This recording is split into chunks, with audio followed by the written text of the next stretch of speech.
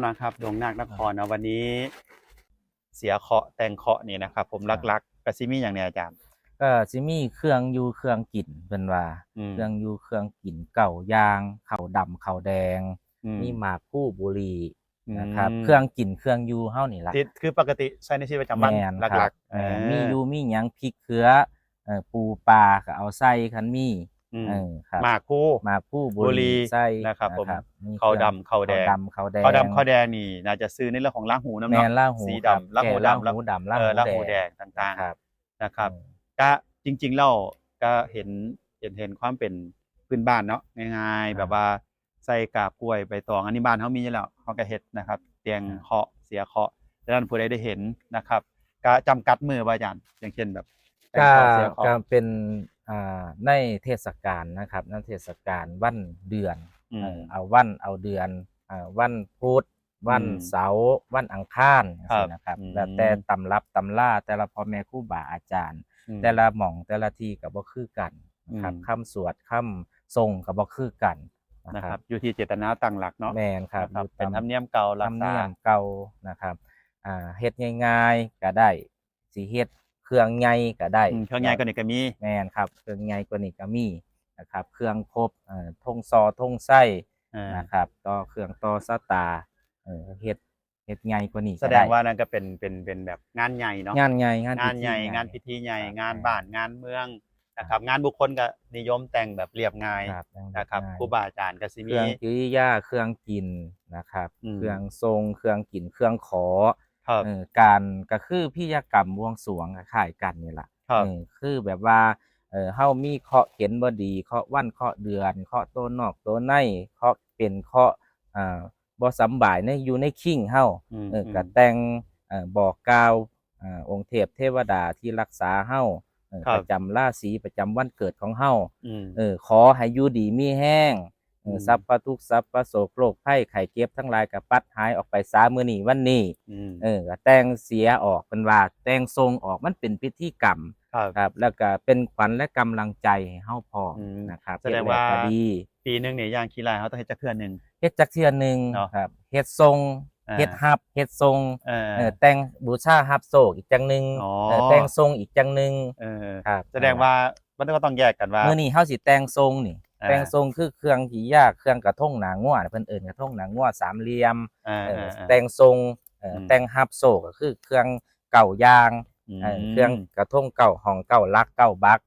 มีรูปคนรูปม้ารูปสร้างแต่ราศีวันเกิดเฮานะครับมื้อนี้เป็นแต่งทรงเด้อมื้อนี้เด้อทุกคนที่ได้เห็นได้ชมเอาแต่งออกแต่งออกให้มันเคาะออกไปจากเฮาแล้วก็มื้อนี้ทรงท้ายปีแล้วมื้อนี้ก็เป็นแรม14ค่ำนะครับเป็นมื้อเดือนดับเนาะบ้านเฮาเอิ้นเดือนดับเนาะแรมข้างแรมแล้วก็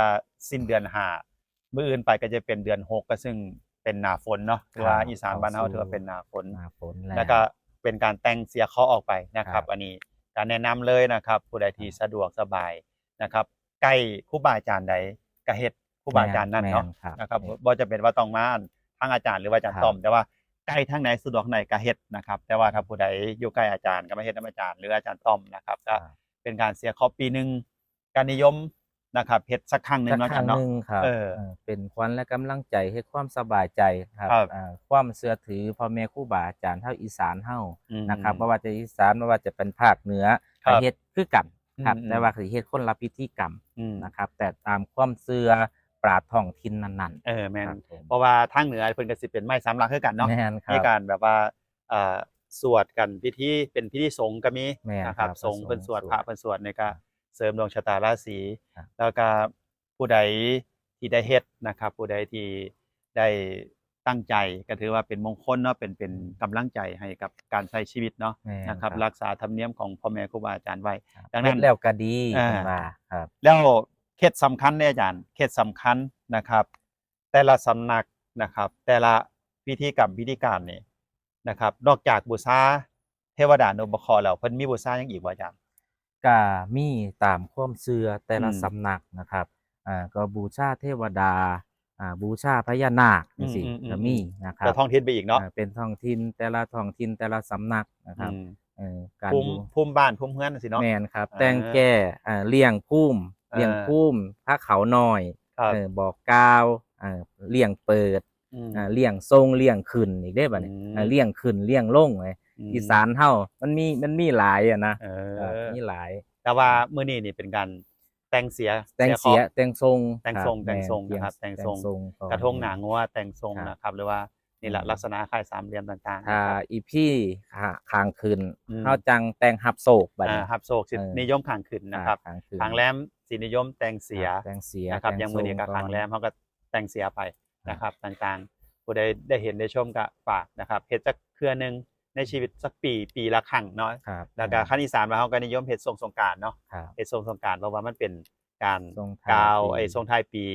นะครับปีเก่าปีใหม่ของคนอีสานเฮานะครับจริงๆแล้วโบราณกาลคนอีสานอีหลีก็พุ่นน่ะเพิ่นเปลี่ยนกันมาตั้งแต่